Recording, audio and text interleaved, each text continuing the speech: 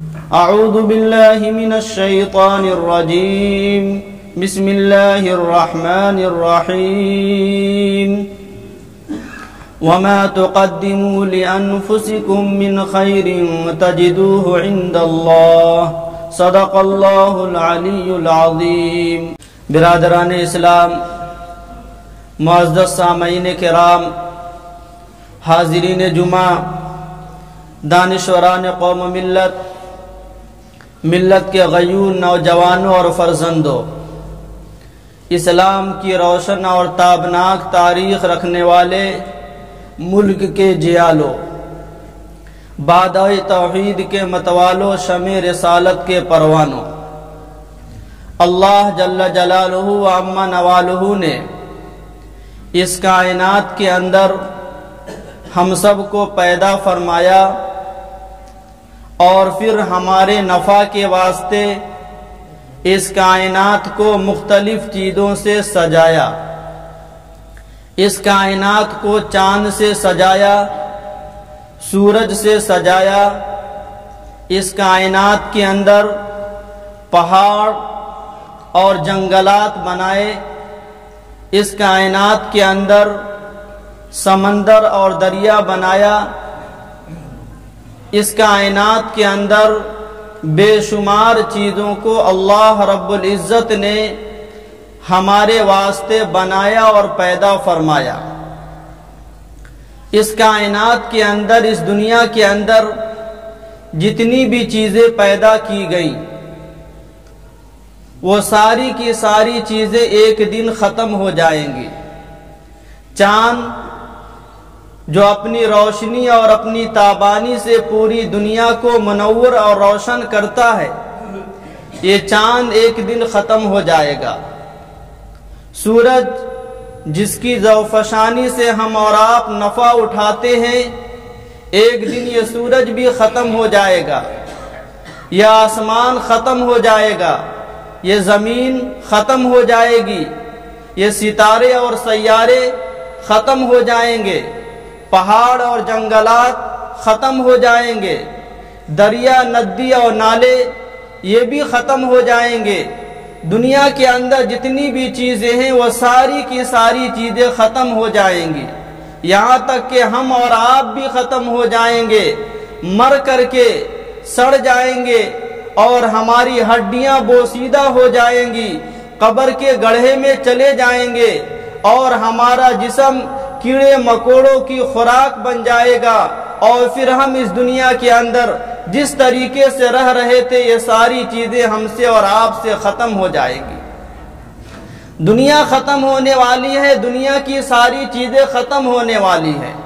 کل من علیہا فان ویبقى وجہ ربک ذو الجلال والاکرام۔ خالق کائنات نے قیامت تک باقی رہنے والی ابدی اور سرمدی کتاب میں یہ اعلان فرما دیا کہ کل من علیہا فان، کہ اس کائنات کے اندر جتنی بھی چیزیں ہیں وہ ساری کی ساری چیزیں ختم ہو جائیں گی۔ وَيَبْقَى وَجْهُ رَبِّكَ ذُو الْجَلَالِ وَالْإِكْرَامِ، اور باقی رہنے والی چیز صرف اور صرف اللہ رب العالمین کی ذات ہوگی۔ اللہ کی ذات کے علاوہ کوئی چیز باقی رہنے والی نہیں ہے، نہ ہم باقی رہیں گے، نہ آپ باقی رہیں گے، نہ دنیا باقی رہے گی، نہ آسمان باقی رہے گا، نہ سورج باقی رہے گا، نہ زمین باقی رہے گی، نہ ستارے اور سیارے باقی رہیں گے۔ مختصر یہ کہ ساری کی ساری چیزیں ختم ہو جائیں گی۔ ہم نے اور آپ نے اپنی نگاہوں سے دیکھا، کتابوں میں پڑھا اور علماء کرام سے سنا کہ اس کائنات کے اندر، اس دنیا کے اندر بڑی سے بڑی حکومت والے لوگ آئے، بڑی طاقت اور قوت والے لوگ آئے، بڑے اقتدار اور جاہ و منصب والے لوگ آئے، اور بڑی سے بڑی دولت و ثروت والے لوگ آئے، لیکن کیا ہوا؟ جن کی حکومت پوری دنیا کے اوپر تھی، مشرق سے لے کر کے مغرب تک، شمال سے لے کر کے جنوب تک، ساری دنیا کے اوپر جو حکومت کیا کرتے تھے، ایک دن ایسا آیا کہ وہ بھی ختم ہو گیا، وہ بھی اس دنیا کو چھوڑ کر کے چلا گیا۔ فرعون کو ہم نے دیکھا قارون کو ہم نے سنا، اور اسی طریقے سے شداد اور حامان کے واقعات ہم نے پڑھے، نمرود کے واقعات ہم نے پڑھے اور سنے، لیکن کیا ہوا؟ دنیا نے دیکھا کہ اللہ رب العالمین نے دنیاوی اعتبار سے، دولت و ثروت کے اعتبار سے، حکومت اور سلطنت کے اعتبار سے، طاقت اور قوت کے اعتبار سے، اقتدار، جاہ اور منصب کے اعتبار سے اللہ رب العالمین نے اسے بہت نوازا تھا، دنیا کی بہت ساری چیزیں انہیں عطا کی گئی تھی، لیکن اللہ رب العالمین نے ان کے واسطے بھی ایک وقت طے کر رکھا تھا۔ چنانچہ جب وہ وقت موعود آیا تو نہ فرعون رہا، نہ نمرود رہا، نہ حامان رہا، نہ قارون رہا، کوئی بھی شخص اس دنیا کے اندر موجود اور باقی نہیں رہا۔ اسی طریقے سے دنیا کے اندر انسان خواہ ظلم و زیادتی کرنے والا ہو، معصیت و نافرمانی کرنے والا ہو، اپنی زندگی کو اللہ رب العالمین کے حکموں کی مخالفت اور نافرمانی میں گزارنے والا ہو، اس کی زندگی بھی ختم ہوگی اور اس کے جسم کے اوپر بھی موت طاری ہوتی ہے، اور اس انسان کے جسم کے اوپر بھی موت طاری ہوتی ہے جو اپنی زندگی کو اللہ رب العالمین کی اطاعت و فرما برداری میں گزارتا ہے، جو اپنی زندگی کو اللہ رب العالمین کی عبادت اور بندگی میں گزارتا ہے، جو اپنی زندگی کو نبی پاک صلی اللہ علیہ وسلم کی سنت اور شریعت کے مطابق گزارتا ہے، اس کی بھی زندگی اس دنیا سے ختم ہوتی ہے اور اس کے اوپر بھی، اس کے جسم کے اوپر بھی موت طاری ہوتی ہے، اور ایک دن ایسا آتا ہے کہ وہ بھی اس دنیا کو چھوڑ کر کے چلا جاتا ہے۔ آئے دن ہم اپنے کاندھوں پر سوار کر کے اپنے رشتہ داروں کو اپنے گھر سے نکال کر کے قبرستان تک پہنچاتے ہیں، اور آئے دن ہم اپنے رشتہ داروں کو، اپنے خاندان والوں کو، اپنے محلے والوں کو، اپنے جاننے والوں کو، اپنے دوست و احباب کو قبرستان کے اندر پہنچا کر کے قبر کے گڑھے میں اتار کر کے اس پر مٹی ڈال کر کے آتے ہیں۔ کیا اس سے ہمیں اور آپ کو نصیحت نہیں ملتی؟ کیا اس سے ہمیں اور آپ کو سبق نہیں ملتا؟ وہ جنازہ جسے ہم اپنے کاندھے پر سوار کر کے لے جاتے ہیں، وہ جنازہ بے جان ہوتا ہے، اس کے اندر بولنے کی سکت اور طاقت نہیں ہوتی ہے، لیکن خاموش طریقے سے ہمیں وہ پیغام دے رہا ہوتا ہے کہ اے لوگو سنو، جس طریقے سے آج تم ہمیں اپنے کاندھے پر سوار کر کے سفید کپڑے میں ملبوس کر کے قبرستان کے اندر لے جا رہے ہو اور قبر کے گڑھے میں اتارنے کے ارادے سے تم ہمیں لے جا رہے ہو، ایک دن ایسا آئے گا کہ تمہارے ساتھ بھی یہی معاملہ ہوگا کہ تم بھی کسی کے کاندھے پر سوار ہوگے اور تمہارے جسم کے اوپر بھی وہ کپڑا ہوگا جسے ہم کفن کہتے ہیں۔ لہذا اس گھڑی کے آنے سے پہلے تم اپنی تیاری کر لو، اس لیے کہ اس دنیا کے بعد جو زندگی آنے والی ہے، اس دنیا سے چلے جانے کے بعد ہمیں جس زندگی کا سامنا کرنا ہے وہ زندگی ہمیشہ ہمیش کی زندگی ہے، وہ زندگی ابدالآباد زندگی ہے، وہ زندگی کبھی ختم ہونے والی زندگی نہیں ہے، وہ زندگی کبھی بھی ختم نہیں ہو سکتی۔ اس زندگی کی کامیابی ہمیشہ کی کامیابی ہے، اس زندگی کی ناکامی ہمیشہ کی ناکامی ہے، وہاں کی عزت ہمیشہ کی عزت ہے، وہاں کی ذلت ہمیشہ کی ذلت ہے، وہاں کی خوشی ہمیشہ کی خوشی ہے، وہاں کا رنگ، وہاں کا غم، وہاں کی تکلیف، وہاں کی مصیبت ہمیشہ ہمیش کی تکلیف اور مصیبت ہے۔ لہذا اس گھڑی کے آنے سے پہلے تم اپنی تیاری کر لو۔ اسی بنیاد پر خداوند عالم نے قرآن کریم جیسی مقدس، نورانی اور پاکیزہ کتاب کے اندر اعلان فرمایا، یا ایھا الذین آمنوا اتقوا اللہ ولتنظر نفس ما قدمت لغد، کیا ایمان والو ڈرو اللہ تعالیٰ سے اور اپنے واسطے اس کام کو کر لو جو تمہارے لیے کل آنے والے دن میں نفع پہنچانے والا ہو، کل آنے والے دن میں تمہارے لیے کامیابی کا ذریعہ اور کامیابی کا سبب بن سکے۔ واتقوا اللہ ولتنظر نفس ما قدمت لغد، کہ تم نے آنے والی زندگی کے واسطے آگے کیا بھیج رکھا ہے، اس کی کیا تیاری کر رکھی ہے، اس کے کیا اسباب اور اس کے کیا انتظام کر رکھے ہیں۔ اللہ تعالیٰ نے ہمیں قرآن کریم میں اس طرح کی آیتوں کو نازل فرما کر کے متنبہ کیا ہے کہ تم دنیا کی رنگینیوں میں پھنس کر کے مت رہ جاؤ، دنیا کی چمک دمک میں پھنس کر کے نہ رہ جاؤ، دنیا کی رعنائی اور زیبائی میں الجھ کر کے مت رہ جاؤ، دنیا کی دلکشی میں اور دنیا کی لطافت والی چیزوں میں الجھ کر کے مت رہ جاؤ۔ تم مت یہ سمجھ لینا کہ یہ بلڈنگ، یہ محلات، یہ کارخانے، یہ فیکٹریاں، یہ دکان اور یہ ساری کی ساری چیزیں ہمیشہ رہنے والی ہیں اور یہی چیزیں ہمیں کامیابی اور نفع دینے والی ہیں۔ نہیں، ہرگز نہیں، یہ ساری چیزیں ختم ہو جائیں گی، محلات ختم ہو جائیں گے، بلڈنگیں ختم ہو جائیں گی، حویلیاں ختم ہو جائیں گی، دکانوں مکان ساری کی ساری چیزیں ختم ہو جائیں گی۔ قبر کے اندر کوئی چیز کام نہیں آئے گی، نہ بیٹا کام آئے گا، نہ بیٹی کام آئے گی، نہ رشتہ دار کام آئیں گے، نہ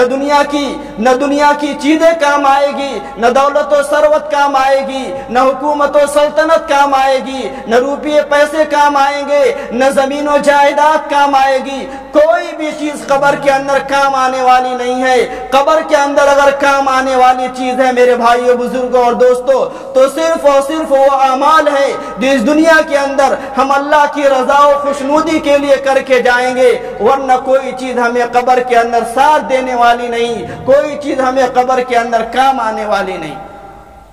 قبر کے اندر انسان جب داخل کیا جاتا ہے تو آپ اپنے سر کی آنکھوں سے دیکھتے ہیں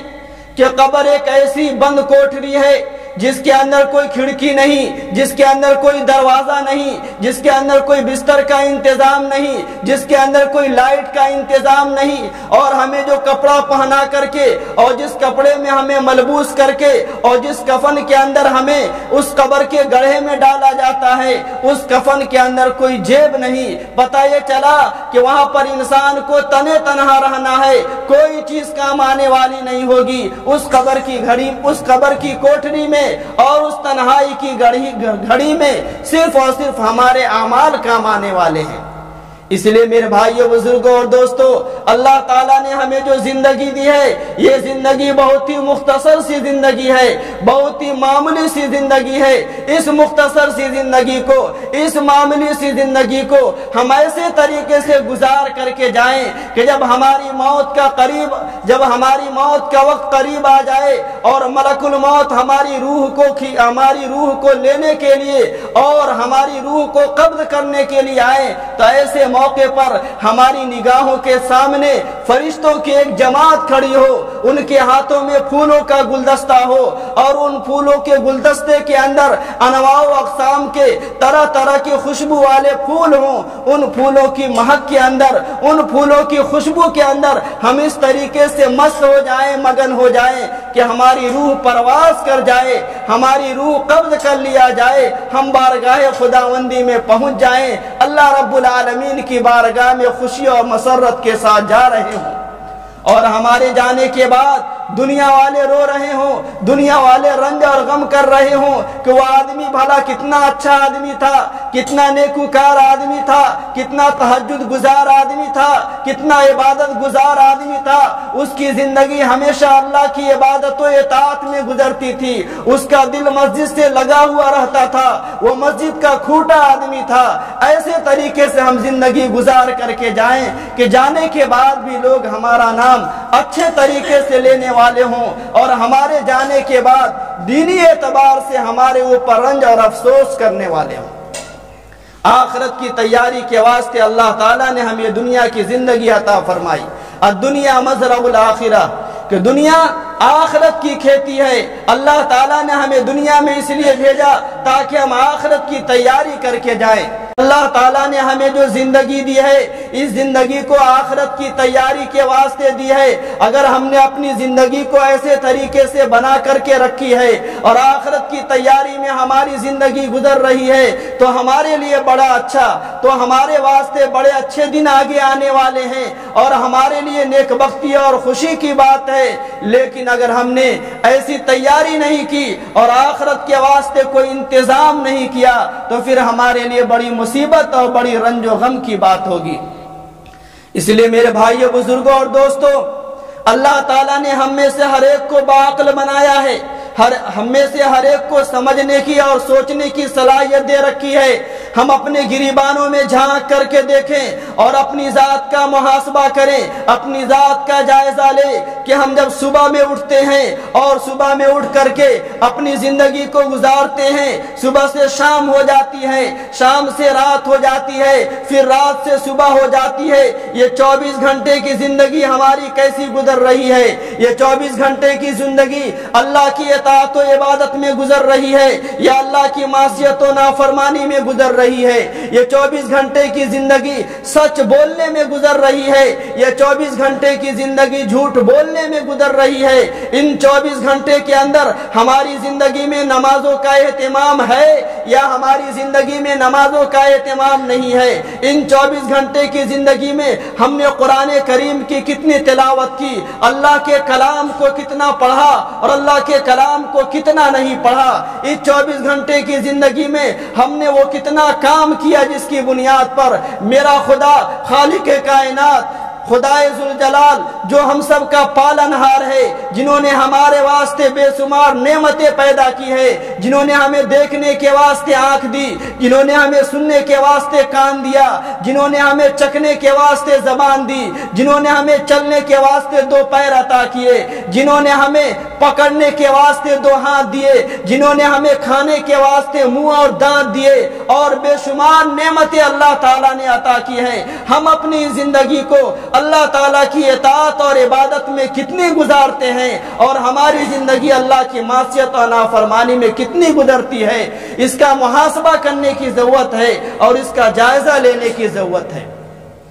اگر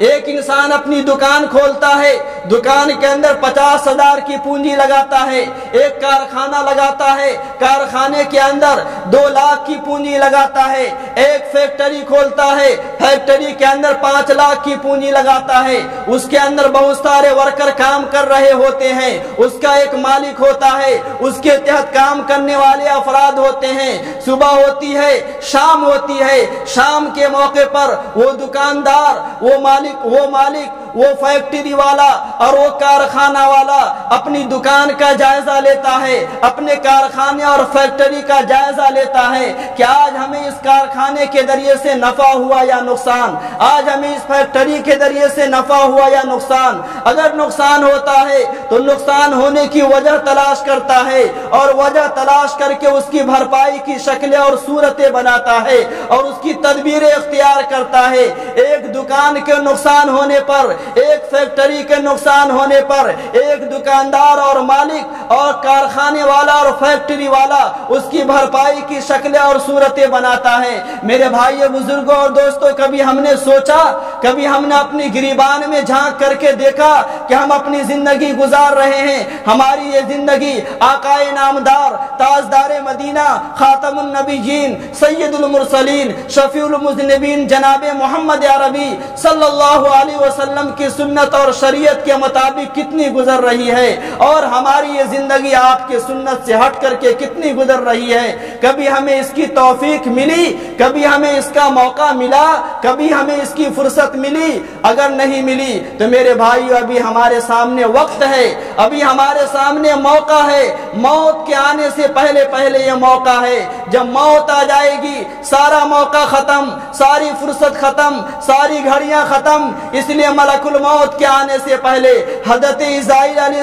السلام کا قدم آپ کے گھر میں پہنچنے سے پہلے اور ملک الموت فرشتہ کو آپ کے دروازے پر دستک دینے سے پہلے ہم میں سے ہر ایک ہوش کا ناخون لے اور اپنی گریبان میں جھانک کر کے دیکھے اور اس بات کا عزم اور ارادہ کریں کہ اللہ رب العالمین کے جو حکامات ہے، اللہ رب العالمین کے جو مرضیات ہے، آج سے ہماری زندگی اللہ کی مرضیات کے مطابق گزرے گی، اللہ کے اوامر کے مطابق گزرے گی، نبی پاک صلی اللہ علیہ وسلم کی سنت اور شریعت کے مطابق گزرے گی۔ جب ہمارے کانوں میں مؤذن کی اذان سنائی دے گی تو ہم اس اذان کو سن کر کے، اللہ کے منادی کی اس اعلان کو سن کر کے ہم تڑپ جائیں گے، ہم مچل جائیں گے، چاہے دکان میں ہوں گے یا مکان میں ہوں گے، مشغولیت میں ہوں گے یا مصروفیت میں ہوں گے، کہیں پر بھی ہوں گی، ہم اللہ کے منادی کے اس اعلان کو سن کر کے اللہ کی بارگاہ میں دوڑ کر کے آئیں گے، اپنی پیشانی کو اللہ کے سامنے جھکائیں گے،